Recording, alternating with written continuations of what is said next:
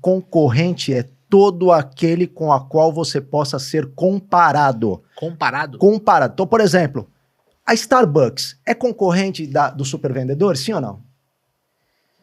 Eu não vejo conexão. Obviamente você diria que não, certo? Certo. Sim, só que se você faz um atendimento lá ao seu cliente, Tá. ele recebe um atendimento bom na Starbucks, ele vai falar assim, pô, mas eu gostaria que o atendimento que eu tivesse lá nos supervendedores fosse tão bom quanto esse atendimento que eu acabei de ter aqui com o atendente do Starbucks. Tá. Né?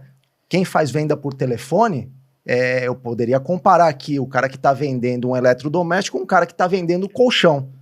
Ele vai falar assim, pô, é concorrente a loja de colchão com a loja que está vendendo eletrodoméstico? Diretamente não. Uhum. Mas na hora que você compara os atendimentos, você vai falar, cara, ele é meu concorrente. Eu tenho que aprender com ele como fazer melhor. E esse é um dos grandes sacadas aqui de você analisar o seu concorrente e todos aqueles com as quais você possa ser comparado. E aí você começa a tirar vários insights de como que eu posso melhorar o meu atendimento face tudo que eu estou vendo de atendimento no mundo, em qualquer tipo de empresa. Então, isso é legal de ter. Então, a análise de concorrente, principalmente para você que tem loja, né, tem atendentes ali trabalhando no dia a dia, como eu tive mais de 1.000 pessoas ali trabalhando em atendimento todos os dias com o cliente, ao público, você tem que analisar tudo que possa acontecer. Principalmente, vamos falar aqui no caso de aluguel de carros, que tinha uma loja ao lado da outra no aeroporto. Então, cara, se o cara não gostasse do seu atendimento, ele pulava 3 metros pro lado e já estava no concorrente direto. Mas, por exemplo, a loja da Latam é um concorrente da Unidas? É, porque no momento que ele sofre um atendimento lá, ele atende. Sofre um atendimento. É tem uma mensagem subliminar aí. Supostamente a Latam sofre um atendimento. Supostamente. Sofre um atendimento e ele é bem atendido num outro lugar, ele compara. Ele fala, pô, aqui é legal, né? Exatamente. Então esse é um ponto, o primeiro grande conceito que eu quero trazer aqui, quando você pensa em desenhar um processo de excelência em atendimento. Toda empresa com a qual você possa ser comparado pode ser o seu concorrente. Olha só. E, cara, tem alguém que atende bem e não vende? Ou que vende muito e atende mal? Esse é um outro conceito importante que eu sempre falei, principalmente para quem trabalhava comigo. Eu sempre falei o seguinte, cara, cliente sorriu, bolso abriu. Cliente sorriu, bolso abriu. Eu gostei dessa. Sorriu, bolso abriu. Então, assim, eu conheci, e eu vou falar um pouco da história da Unidas, eu tinha vários atendentes que não vendiam. E o cara falava, cara, eu fui contratado para ser atendente, eu não fui contratado para ser vendedor, e tá tudo certo. E aí a frase que eu usava muito era assim, você conhece alguém que atende bem e não vende? Conheço. Tem várias pessoas que atendem bem, mas o cara não quer te oferecer, não quer vender e tal. Tá. Aí você conhece alguém que vende pra caramba e atende mal? Não. Difícil. O cara pode até vender, atende mal e para de vender. Agora, o cara que vende muito, um atrás do outro, né, ali, né, uma pegada forte de vendas, o cara tem que atender bem. Então, quase uma obrigação para o super vendedor ser um bom atendimento, né, ter um bom atendimento, oferecer excelência em atendimento para o seu cliente, porque senão ele deixa de vender. E aqui tem uma outra coisa que eu sempre falei para todo mundo. Aquele atendimento, aquela venda que você está fazendo agora, você já ganhou o direito de oferecer e de vender para o seu cliente. Você já está trabalhando para a próxima. Então a gente sempre falava, principalmente num negócio que é super commodity, eu costumo brincar dizendo o seguinte, você não acorda domingo de manhã falando, cara, eu tô com baita tesão de alugar um carro hoje. Não, hoje eu acordei com vontade de alugar um carro, né? Aluguel de carro é um negócio chato, cara. Chato, é demorado, né? E você precisa de uma justificativa, né? Por exemplo, vou viajar com a minha família no começo do ano, vou alugar um carro. Né? Basicamente é isso, né? É isso, as pessoas alugam um carro por uma necessidade, a trabalho ou a lazer. Tá. Nunca por prazer. Aham. Né? E dado que não é por prazer, vamos combinar que se tudo der certo, hoje melhorou muito, mas na época que eu trabalhei, nós estamos falando de 8 anos atrás, que foi quando eu saí da Unidas, um atendimento, quando tudo dava certo, você levava no mínimo meia hora para tirar o carro. No mínimo meia hora. Né? Então você já imagina, o cara pegou um voo, o voo dele atrasou, o cara já tá cansado, viajou tantas horas ali, quando ele bate no outro aeroporto que ele vai retirar o carro, ainda vai levar meia hora, 1 hora para retirar o carro. Isso eu tô falando em época normal. Quais são os picos de atendimento de um aluguel de carro? Natal, Ano Novo, Carnaval, todos os feriados. Aí, às vezes, cara, no feriado o cara podia levar 2 horas para retirar um carro. Caramba, bicho. De um negócio que já não tem o menor prazer. Então, implantar uma cultura de excelência em atendimento fazia toda a diferença ali. Então, de fato, a gente conseguiu ir implementando ao longo dos 8 anos que eu fiquei na Unidas, e a gente já tinha começado esse trabalho na época que eu estava no Itaú, de implementar uma cultura de atendimento. E essa é uma das etapas mais complexas. Porque eu falo, você definir excelência em atendimento é simples, cara. É entrega mais do que o cliente está esperando receber. Over delivery. Over delivery. Fácil, né? Fácil de dizer. Complexo de implementar. Eu acho que é complexo de implementar porque você depende da pessoa que está lá na frente, né? Então, por exemplo, você está dando o exemplo do aluguel do carro, né? Quando a pessoa chega, o voo atrasou, aconteceu com a gente semana passada, né? Tanto ele quanto o meu, os nossos voos para aeroportos diferentes, a gente atrasou, né? Eu cheguei no aeroporto de Guarulhos, era para eu chegar às 9h30, eu cheguei meia-noite. E, pô, cansado e tal, óbvio que eu fui para casa, mas numa situação dessa, você vai no guichê, por exemplo, da Unidas, a gente tá usando ela como exemplo aqui, cara, você quer o mais rápido possível pegar o carro. Mas às vezes você encontra alguém lá na ponta, lá no balcão, cara, que teve um problema com a esposa, que o filho tá doente, que você tá passando mal, acabou de vir do banheiro e tudo mais. Cara, ela não tá querendo dar o melhor atendimento de excelência pra você. Ela quer simplesmente, putz, cara, que você suma pra ela poder ir embora, né? Eu acho que essa equação ela é complexa por causa disso, né, Marcelo? Como é que você faz... Você, head, beleza, eu entendi. Como é que você faz o cara lá na ponta incorporar o lance do tipo, não, eu vou atender com excelência? Então, primeiro você tem que construir uma cultura de excelência. Não foi fácil, cara, pra você ter uma ideia. A primeira coisa que você tem que fazer para construir cultura de excelência é medir. Se você não tá medindo, esquece, cara. Muitas empresas que eu conheci, Leandro, não medem a satisfação de cliente. Isso para mim quase é um absurdo você não medir satisfação de cliente, cara. E aí eu aprendi uma cultura que foi com a Enterprise. A Enterprise, para quem não sabe, é a maior empresa de locação de carros do mundo, tá? É uma empresa que não tem ações em bolsa. Capital privado? Capital privado. Caraca. Quem fundou foi o Jack Taylor. Não vou gastar tempo aqui explicando a história do Jack Taylor, mas procurem na internet quem foi Jack Taylor. Já faleceu, né? Quem toca hoje a empresa é o filho e a filha. Mas ele criou, desde o dia zero, cultura de excelência na empresa dele. Ele falava o seguinte: cuide primeiro dos seus funcionários e dos seus clientes, que o lucro vem. Uma história muito rápida sobre o Jack Taylor. Eu me lembro que teve uma ocasião que teve uma convenção da Enterprise, e a Enterprise tinha ido muito bem na parte de receita, cara. Foi um ano que ela arrebentou de receita, só que o índice de satisfação do cliente tinha caído. Então tá todo mundo batendo palma, tal, não sei o quê, que pô, o resultado tinha vindo, tinha sido maravilhoso, o velhinho vai, sobe no palco. E não foi exatamente desse jeito, mas foi algo do tipo assim, eu não sei por que vocês estão rindo. Aí aquele silêncio, ele falou, cara, a satisfação do cliente caiu. Isso é inadmissível. Então qual que é o ponto aqui? De construir uma cultura. Você, naturalmente aqui, sem a gente combinar, você já trouxe um drive importante. Tempo de atendimento é um drive importante para aluguel de carro? Sim. Com certeza. O cliente, quanto menos, se ele puser não pisar na loja e pegar o carro, é um drive super importante. Então, construir uma cultura de excelência passa por quê? Passa por você medir as coisas. Então, a primeira coisa, você tem que saber de onde você está partindo. Você está medindo a satisfação de cliente? Tá, primeiro ponto. Segundo, quais são os drivers importantes que o seu cliente percebe que o seu atendimento vai ser excelente ou não? O que você está gerando de expectativa na cabeça do teu cliente e que você vai entregar? Porque tem um outro conceito importante aqui que agora a galera vai pirar, hein? Agora vai explodir a cabeça. Existe reclamação não procedente? Existe. Não existe. Vou trazer esse conceito para você. Não existe reclamação que não seja procedente, cara. Por quê? Agora eu tô curioso. Esse é um outro conceito que eu aprendi, cara, e a minha cabeça pirou do mesmo jeito quando eu falei, existe, lógico que existe. Aí o presidente da Unidas falou, deixa eu te explicar um negócio, não existe reclamação improcedente. Se o cliente está reclamando, é porque você comunicou errado para ele o que você ia entregar. Na cabeça dele, é procedente. Ele está reclamando. Então, eu estou falando isso daqui, é para explodir mesmo a cabeça. Chocar. É para chocar, porque se você olhar na base desse conceito, ele tá certo, cara.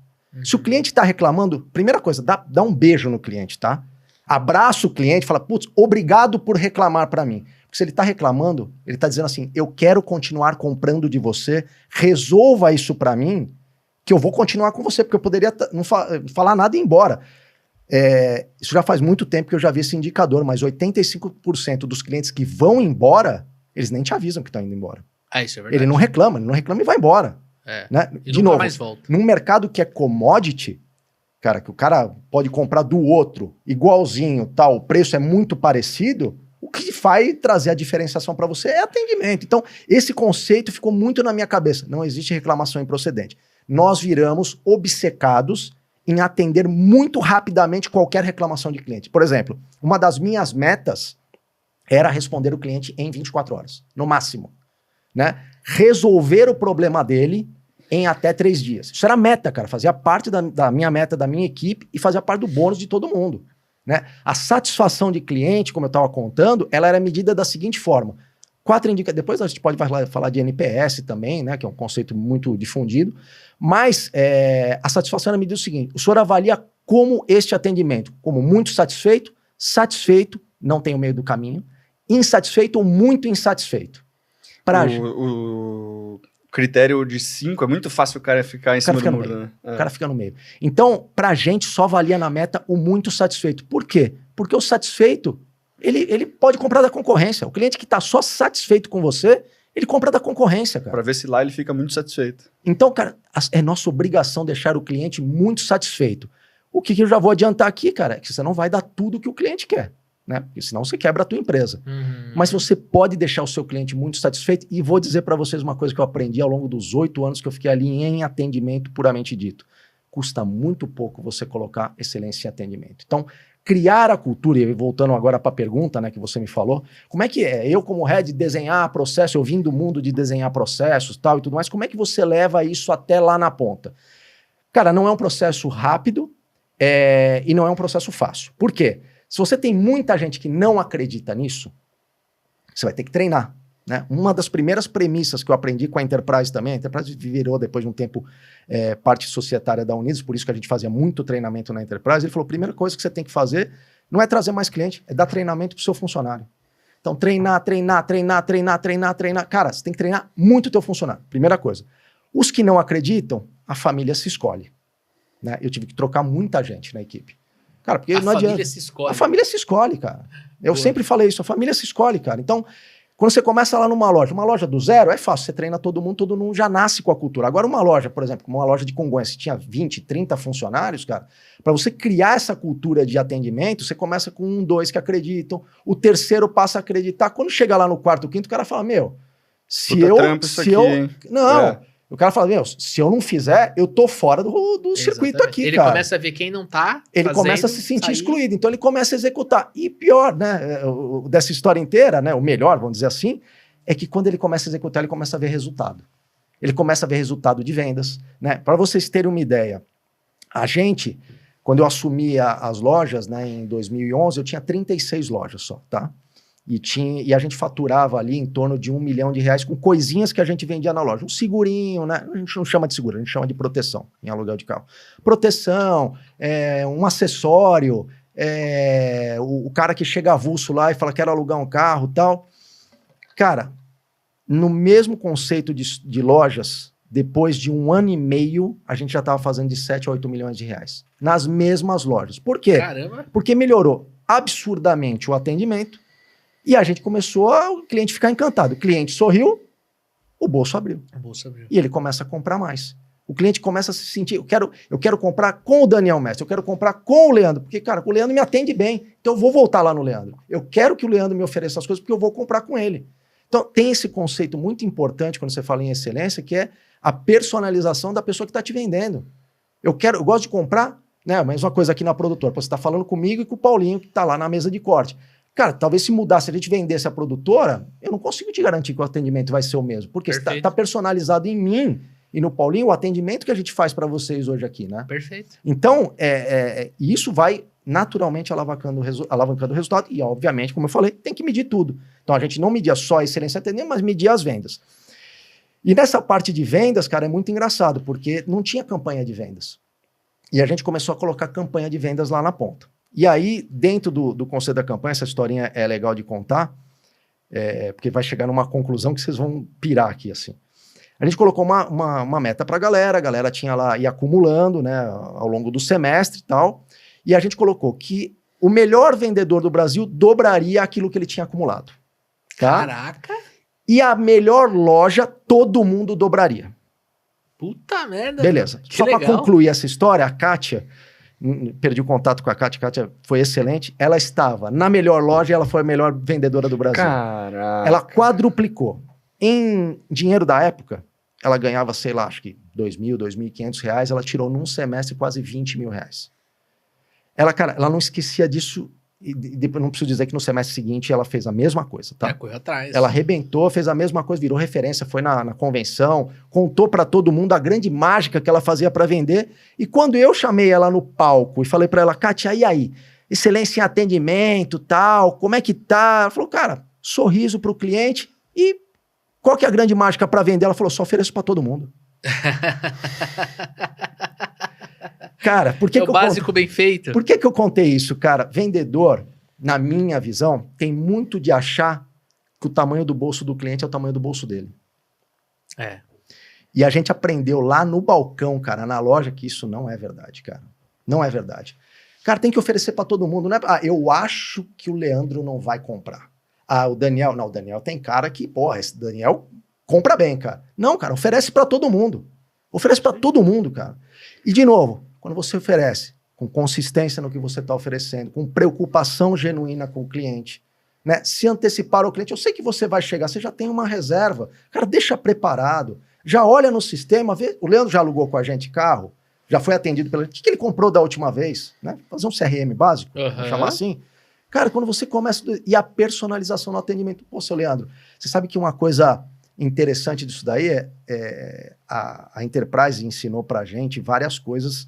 E tem umas coisas que eles são obstinados em fazer, pesquisa de comportamento do consumidor. Você sabia que o cara que recebe 3 sorrisos durante um atendimento, ele compra mais do que o cara que não recebeu nenhum sorriso no atendimento? Bicho. É uma loucura. Eles mediam o tempo da van do aeroporto até chegar na loja. Quanto maior era o tempo da van, menos o cliente gastava. No resumo, um cliente muito satisfeito gasta 3 vezes mais do que um cliente só satisfeito. E aí, o que você achou desse conteúdo? E se eu te contar que tem muito mais lá no canal do Papo de Vendedor? Esse vídeo que você assistiu é um trechinho de um episódio muito maior. Eu quero te convidar para você clicar no primeiro link da descrição e assistir o episódio completo. Agora, quer fazer melhor? O que você acha de participar do Programa de Aceleração de Super Vendedores, a nossa mentoria de vendas que vai te ajudar a construir o seu processo comercial, a encaixar as melhores técnicas de vendas dentro do processo e vamos trabalhar muito o mindset, a parte comportamental para você aplicar essas técnicas e você destravar as suas vendas para você vender muito acelerando o teu resultado. Quer conhecer todos os detalhes do programa de aceleração? É o segundo link da descrição deste conteúdo. Tamo junto? Forte abraço, boas vendas e sucesso!